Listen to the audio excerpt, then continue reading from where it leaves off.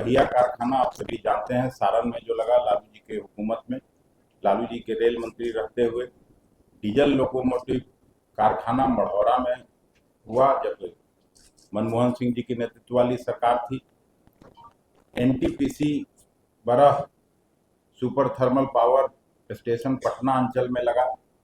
Nabinagar thermal power project Aurangabad, Sudha cooperative dairy उद्योग।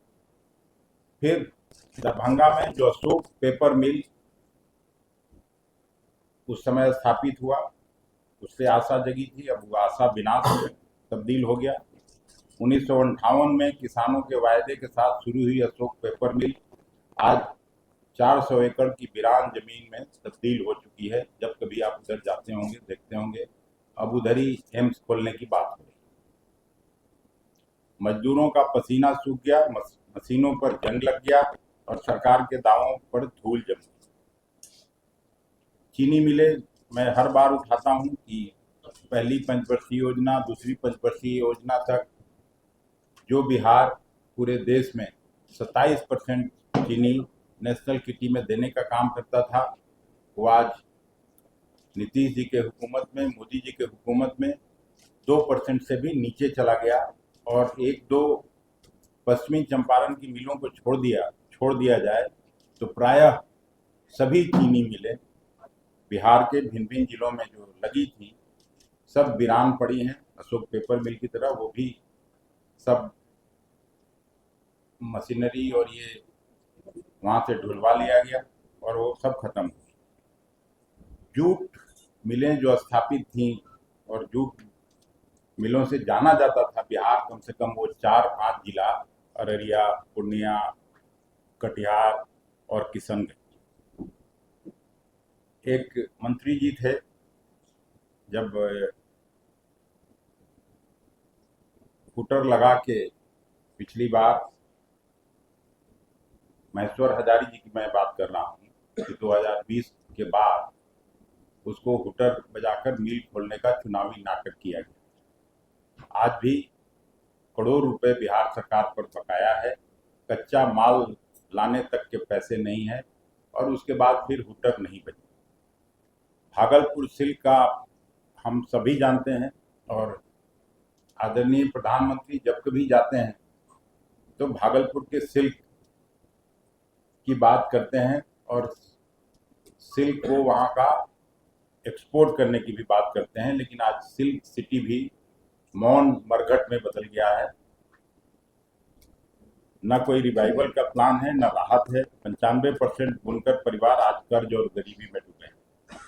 सरकार ने स्किल इंडिया का नारा दिया पर न ताना न बाना, अब तागा खरीदने के भी पैसे नहीं रहे। उद्योग नहीं, प्लान उद्योग।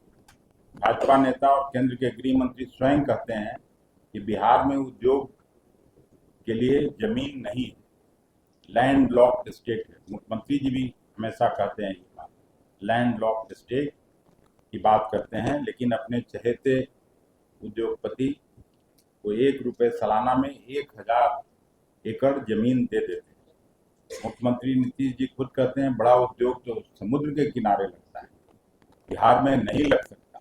मगर बिहार में एक उद्योग जरूर फला फूला, पलायन का उद्योग। और आज 3 करोड़ से अधिक लोग रोजगार की तलाश में राज्य छोड़ चुके हैं। युवाओं के हाथों में रोजगार की जगह लाठीचार्ज और परीक्षा घोटाले हैं। कांग्रेस का कुछ सवाल है जो हम यहाँ उठाना चाहते हैं आपके माध्यम से कि जब कांग्रेस सरकार ने बिना समुद्र के बिहार में बरौनी, बोकारो, हटिया और सिंदरी जैसे भारी उद्योग स्थापित कर दिखाया, तो आज नीतीश कुमार और अमित शाह क्यों कहते हैं कि बिहार में उद्योग नहीं लग सकते। दूसरा सवाल है, क्या यह सच नहीं है कि भाजपा जेडीयू सरकार ने बिहार में औद्योगिक आत्मा को नष्ट कर पलायन उद्योग स्थापित किया है? क्या यह भी सच नहीं है कि जिन मिलों ने किसानों, मजदूरों और युवाओं के सपनों को सींचा था, आज वही मिलें भाजपा जेडीयू की लूट और लापरवाही की बलि चढ़ चुकी है? औद्योगिक विकास का सच। बिहार आर्थिक सर्वेक्षण 2024-25 के अनुसार राज्य विधानसभा में पेश की गई रिपोर्ट के मुताबिक वर्ष 2013-14 में परिचालन बड़े कारखानों की संख्या 3132 थी, जो वर्ष 2022-23 में घटकर 2782 रह गई। अर्थात पिछले 9 वर्षों में कम से कम 350 बड़ी औद्योगिक इकाइयां बंद हो चुकी। विडंबना यह है कि देश की कुल परिचालन औद्योगिक इकाइयों का बिहार में हिस्सा मात्र 1.3%। इसके अलावा स्वयं सूक्ष्म, लघु और मध्यम उद्योग MSME मंत्री जीतन राम मांझी ने लोकसभा में एक लिखित उत्तर में बताया कि देश में पंजीकृत SMSE इकाइयों में 49,342 इकाइयां बंद हो चुकी, जिनके बंद होने से 3,00,000